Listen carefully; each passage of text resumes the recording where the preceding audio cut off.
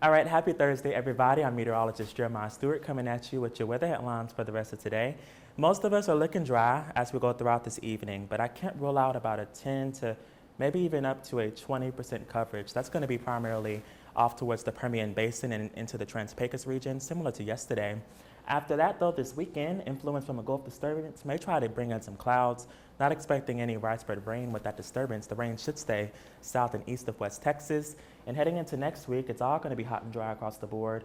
With lots of sunshine, those clouds try to thin out as we go into next Monday. Before then, though, as we go into this evening, because at 5:30, we'll stop the clock here, and you can see about a 10 to 20% coverage of some of those showers off towards the Trans-Pecos region.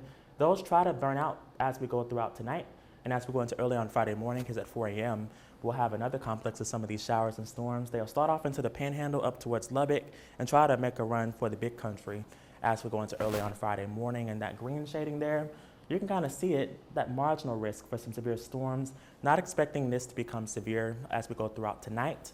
The severe weather will be a little bit further north of us, and even then, only a level 1 out of 5 risk with that. After that, though, they'll thin out, and as we go into Friday evening, we'll see another batch of some showers, possibly some heavy downpours as well as we go into our Friday evening. Otherwise, as we head into the weekend, if you have any plans outdoors, you're going to want to stay hydrated and take breaks inside as well, because it's going to be hot, right around 99 as we step outside for a Saturday afternoon, and 95 on Sunday under mostly sunny to partly cloudy skies. So it'll look pretty, but maybe not feeling the best with some of that heat and humidity here in West Texas.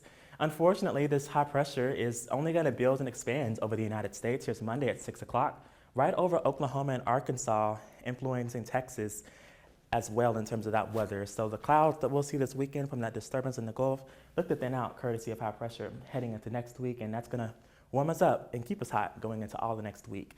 Forecasting a high in Midland today right around 99 by about 3 o'clock, 100 though into Pecos, and a string of 100s through the Big Country right around 101 into places like Midday and Throckmorton. 96 though down here in San Angelo, and about say 95 off towards Menard for later on today. Tonight into the Abilene area, we're looking at lows right around 73.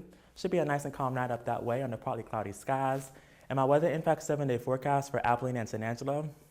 Small chance for some of these showers later on today and into Friday as well. And can't rule out a couple of those showers on Saturday as well, with some of those trying to sneak in from that Gulf disturbance, but not going to be a washout. I wouldn't cancel any of those plans if you have any for Saturday. On Sunday, though, we all look hot and dry, right around 94 into San Angelo and 96 in Abilene. And we'll stick with those middle to upper 90s as we go throughout much of next week. Same deal through the Permian Basin, that 10 to 20% coverage for today and tomorrow. Then it's looking sunny and hot going into next week.